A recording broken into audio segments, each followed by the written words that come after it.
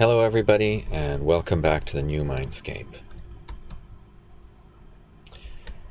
In this video I'm going to talk about how different religions and spiritual traditions have talked about the relationship between humans and the world of nature.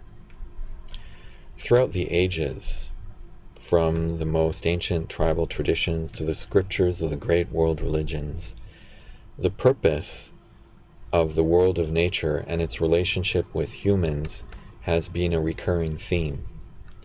Regardless of the time and origin of these cultures and traditions, to varying degrees the world is enchanted.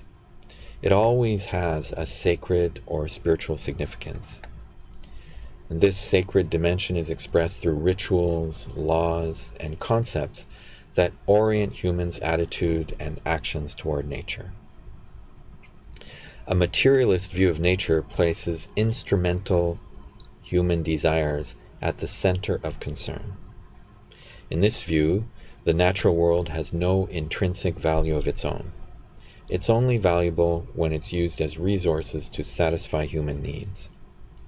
A spiritual perspective sees material existence as connected to a spiritual reality, which is the source of its intrinsic value and significance.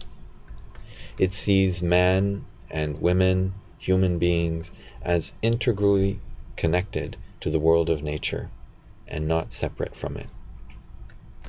Humans have their own sacred role and significance within the world of nature.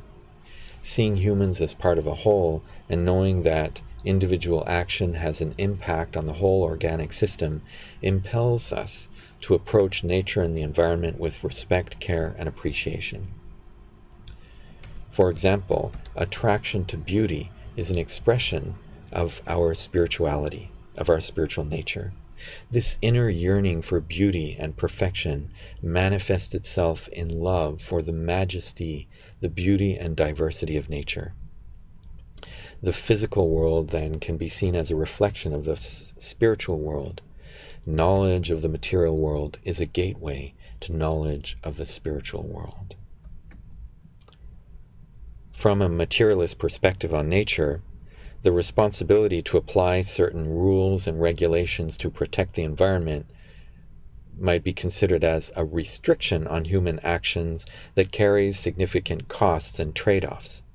But from a spiritually inspired view, such restrictions are opportunities to cultivate our spiritual capacities. Responsibility, wisdom, self-discipline, detachment, appreciation and nurturing of beauty, these are expressions of our spirituality. These capacities are expressions of our spiritual nature.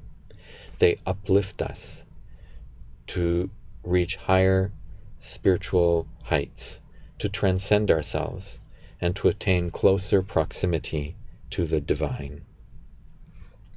So now I'm going to go through different traditions and look at how they've expressed the relationship between humans and the world of nature. So I'll start with Daoism. From a Taoist perspective, all beings are emanations of the Tao, and a common life force circulates among all beings, linking them together in a single flow. Nurturing your own life is inseparable from nurturing other life forms. It's from the harmonious interactions between life forms in harmony with Tao that life flourishes. Disease, misfortune, and death are consequences of disrupting the flow of life force, of a lack of harmony or connection with other beings. From this perspective, the life of one being is inseparable from the life of all beings. We need to understand how Tao and vital forces operate in our own mind, body, and the world around us. We need to nurture their vitality and align our life with them. So, as is said in the Tao Te Ching, empty the self completely, embrace perfect peace. The world will rise and move. Watch it return to rest. All the flourishing things will return to their source.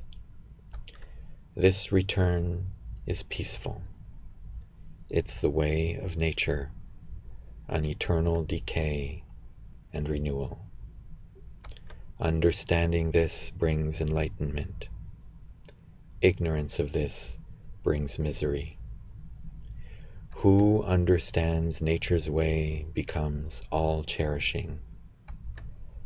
Being all-cherishing, he becomes impartial. Being impartial, he becomes magnanimous. Being magnanimous, he becomes part of nature. Being part of nature, he becomes one with Tao. Being one with Tao, he becomes immortal.